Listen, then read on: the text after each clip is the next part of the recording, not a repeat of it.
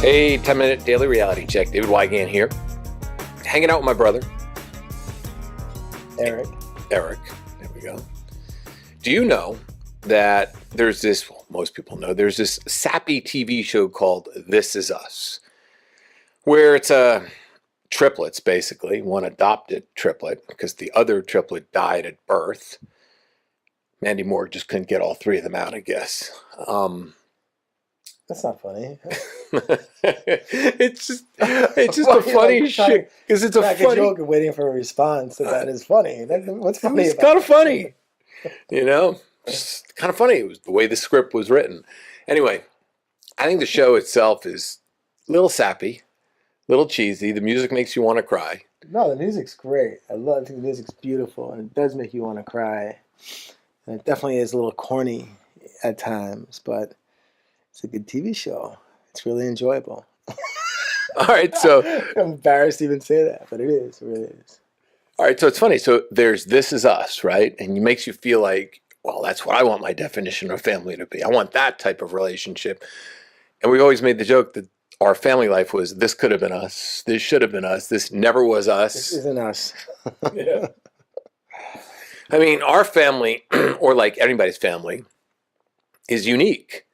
I mean, there's no perfect family. There's no perfect childhood.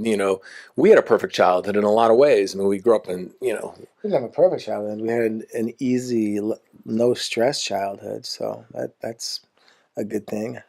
It was easy. I mean, yeah. So our father didn't really want to play ball with us, or he'd play in his slippers and his orthopedic socks up to his knees. What the fuck? What was the brand of that sock? It was and a scotch on the rocks in one hand. Right, scotch on the rocks in one and hand. a hook shot with a basketball in the other. Yep, and he'd have these Bermuda shorts on, and he had these long, skinny legs, and he had these Bermuda shorts on almost up to his balls, right? And then he'd be wearing his slippers with his socks, and it was a certain brand. It was the same brand as his gloves. What was the brand of his gloves? And then the wind would blow, and he'd go, timber. Yeah, he really would. He was always good for one really good wipe out a year and limping back into the house. Oh, I just slipped on the ice. Do you know he slipped on the ice that time because he asked me to chop the ice, and I got really bored, and I didn't do it? Yeah, because back in the 70s, nobody knew salt worked. Yeah, it's so true. So we had this ice picker, man. We would just sit there and we'd chop away at the ice. And, well, my father would make us do it as part of our chore. But we would never do it right. So we would know where the pile of ice was, but he would never know where the ice was. And he would never look down. And he was accident prone. And he was just tall and uncoordinated. It's a bad combo. Oh, so funny. Do you remember the time that he had a 73 Corvette? It was a yellow Corvette. It was like the douchebag car. I used to drive it to high school. People even ask you years later, hey, did your brother feel like a douchebag fucking driving the yellow Corvette to high school? It certainly was. And in high school, in your teenage years, when you don't quite have the confidence or the good self-esteem, pulling into your high school parking lot with a convertible yellow sports car.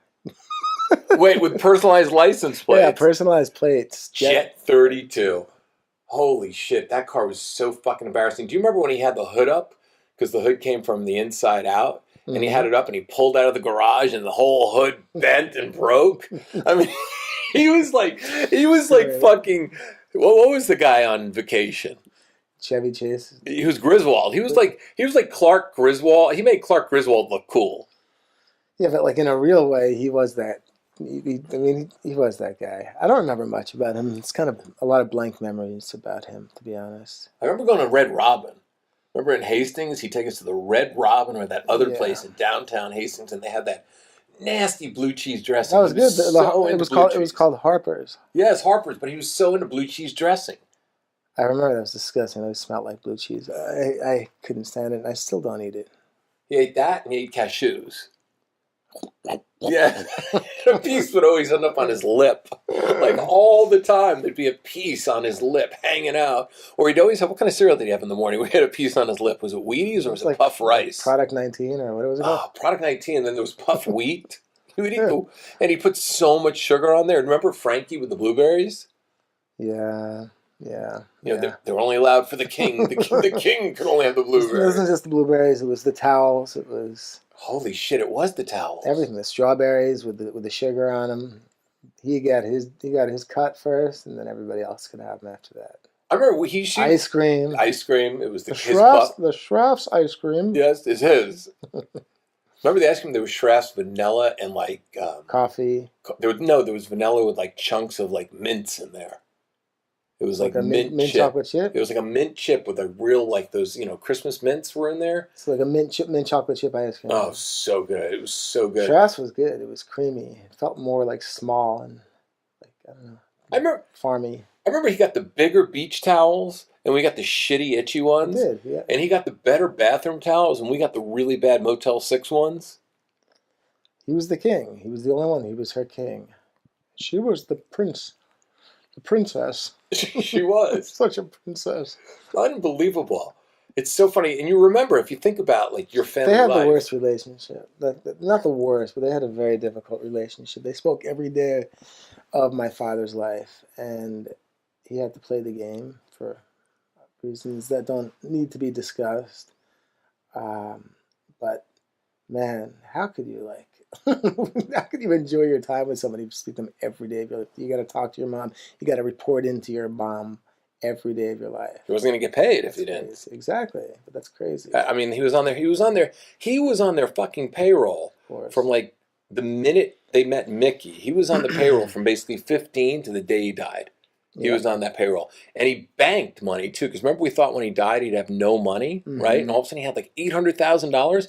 The fuck did that guy have like 800 grand? Was that 800 grand in his... Wow. Really? It was in his retirement accounts and stuff. I mean, he was always broke, but he was pilfering money from his parents and putting it in the bank. That's who he was. That's Dad. And they wanted him to. Like, they didn't want to give him the money when they passed away. They wanted to feed him money while he was alive, and that's fine. I respect that. I think a parent that has the ability to do that and has the generosity to do that is a good thing. No, he hustled him. But he might have hustled them. No, he hustled like we used to hustle them. Exactly. Where do you think we learned it from? I go in there with like a T-shirt, and it's October 17th and 58 degrees out, and I'm walking in with like a ripped T-shirt. Hey, Grandma, where's your jacket? Oh, it was at the gym, man. I don't know. I just kind of think somebody took it. I don't know. I know. We used to hustle her all the time. Remember we'd go in there? Here's a check. Here's a check for $300. Yep.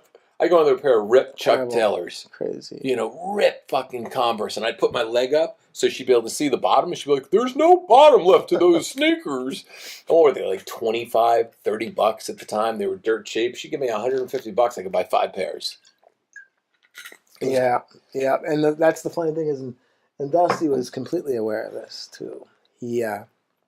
She would report to him as well. So, remember, he said to me, listen, you got to wear a jacket when you see your grandmother. It's like, she keeps giving you money, and she's thinking that's the only reason why you want to see her. Which was not true, of course. Yeah, right. You used to bring Mark Goodman down there. You used to call her up on the phone and order Chinese food. I enjoyed her. Yeah, but I enjoyed her. Like, I way... How many dinners did you have with her the last 5 years of her life? Not many. I probably had like 50. I'm not even kidding. I probably saw her like once every 2 months minimum for dinner. It was enjoyable. I liked her. I did not like I liked spending time with her. She was an interesting person, and she was definitely crazy. That wasn't her fault. Just such an alcoholic. Yeah, but she was like kind of smart and savvy in a way that I wasn't, and that I'd never experienced. So to me, she was an interesting person to talk to and to listen to. I found her interesting. I mean, she taught me, I got to tell you, she taught me. Grandma Frankie is the original reason why I do boot camps. If you think about it, every single thing that I ever teach is observations, right? Observe everything around you, look at everything around you, see everything around you, make a comment on it, get a conversation. That's what she used to do all the time. Remember, we would walk with her in the streets of New York, and she'd show us every single building in New York. Well, she would point things out. Yeah, right. I mean, she had a live brain. She read a lot. She read a lot, and she had a very live brain, sharp vocabulary. And my mom and my dad weren't like that at all. They just weren't. No, they were kind of dumb. No. I mean, they read. They read books and stuff like that, but they weren't interested in things around them. They didn't have that. They didn't have that. Like Frankie's Frankie's claim to fame was that she that she reads the Sunday Times from front to end every Sunday. That's her thing. And you know what? If she can read every fucking section and get through it, and you're probably walking away with a lot in your head. Remember, she used to cut the sports section out for us? I do. Yeah. You know, she would cut it out because it would ruin her reading experience. No, but she enjoyed it. She was like a perfectionist in a way. She was. Well, she had one of those like things that like literally cut. Remember, it was like a fabric thing, and it just went up the side of the newspaper, and it cut the newspaper so wire, perfect. Yeah. It was a little wire thing. I mean, she loved doing that. Remember all the chiclets she had? Remember the chiclets in the closet? The chiclets. There'd be so many chiclets in the closet. It was ridiculous. You used to go in there, and it was all sugar gum too. No wonder we have so many cavities. I think it's just genetic. It doesn't matter what sugars you eat. For the most part, you're going to get what you're going to get. There's people that don't get cavities. I know people that do not have cavities, and they're like 45, 50 years old. I never had one, or just had one or two. Yeah, I know people like that too. I remember all the pepper charm cookies she had. It's like pepper. It smelled so good. She always had the walk-in. And that kitchen table with the tablecloth. Oh, that was great. What was it again? It was like a checkerboard, but it had some like furry thing underneath it. It stuck to the. Yeah. It was kind of rubbery feeling. Yeah. But do you remember like all her pantries always had so much stuff in it, and they always had a certain smell to it. There was always a smell to her. You know, her house always had a certain odor. And her furniture that she had was ridiculous. You know, all those furniture, that was all original mid-century modern stuff. Very nice stuff. That was all, no, there was all like original designers. That stuff is like, some of those chairs she had are $20,000 now. Yeah, they had a really nice furniture collection for sure. They had a beautiful apartment. Mm-hmm. I walked by 35 East 9th Street the other day when I was in New York, and I looked in there, and I was looking for George. But I figured George would be like 125 now, right? George. That was such a nice doorman, George the doorman. Oh, you guys are growing so much. Wow, I remember going to the city all the time. It would be so much fun to drive from Scarsdale to the city. My happy place was always going over the Henry Hudson Bridge. From one privileged place to another, from Scarsdale to Greenwich Village. To the mansion in Greenwich Village. I know, but it wasn't, you know, it's funny. It's funny the way you just said that sounded so snooty. Oh, from Scarsdale. It was fun. That was our childhood, though. I know. You know? That was it. I know. It's like that was what we were given. You don't choose. You can't choose who you come from, where you come from, where you grow up. You just can't choose it. It is what it is. Yeah, but you know you can choose? Where you're going. Where you're going. You can also choose what you teach. And you can also choose the friends that you have, and you can also choose the people you go out with, and you can also choose the way you want to have a family as well. You can look at your life and decide how you want to be a family or how you want to be a parent based on what, you know, your parents taught you. And then there's something that's interesting about that is never, like you see a lot of people who are parents and they just want to repeat their childhood, you know, and they want their kids to do what they weren't able to do. It's like, I'm not like that with Layla. I just want her to just be and enjoy and have fun and whatever she's into. I don't try to push anything on her at all because it's just, that's what we had as our childhood, to be push. You got to be playing and doing this. I don't even think anything was being pushed. I think nobody paid attention. I don't think anybody. No, they pushed certain things. There was never consistency with anything. No, I mean, but he wanted us to be something that we weren't. They never pushed our. They never pushed our. He certainly didn't try to make that happen by motivating us. That's for sure. No, he never motivated us, and he didn't teach us anything. I mean, Grandpa Mickey was a brilliant stockbroker and didn't teach us anything. Well, he wouldn't listen to, my father wouldn't listen to Grandpa Mickey. So, you know, maybe he didn't have the patience for his children. Well, isn't it funny? No, because he didn't listen to Mickey. He didn't make us listen to Mickey because he thought it was funny. Remember, everything he thought, you know, our father always thought everything was funny if you just didn't listen or went outside the box, you know. That's what he did. That's why he was a fucking Met fan. That's why he was a Jet fan. He would go, he remember telling me why he was a Jet fan, because everybody was a Giant fan and the Jets were the expansion team and he wanted to be different than everybody else. And he likes to poke at people. That's what he was. You know. Yeah, I knew him that way. You know, I mean, he left the house when you were young.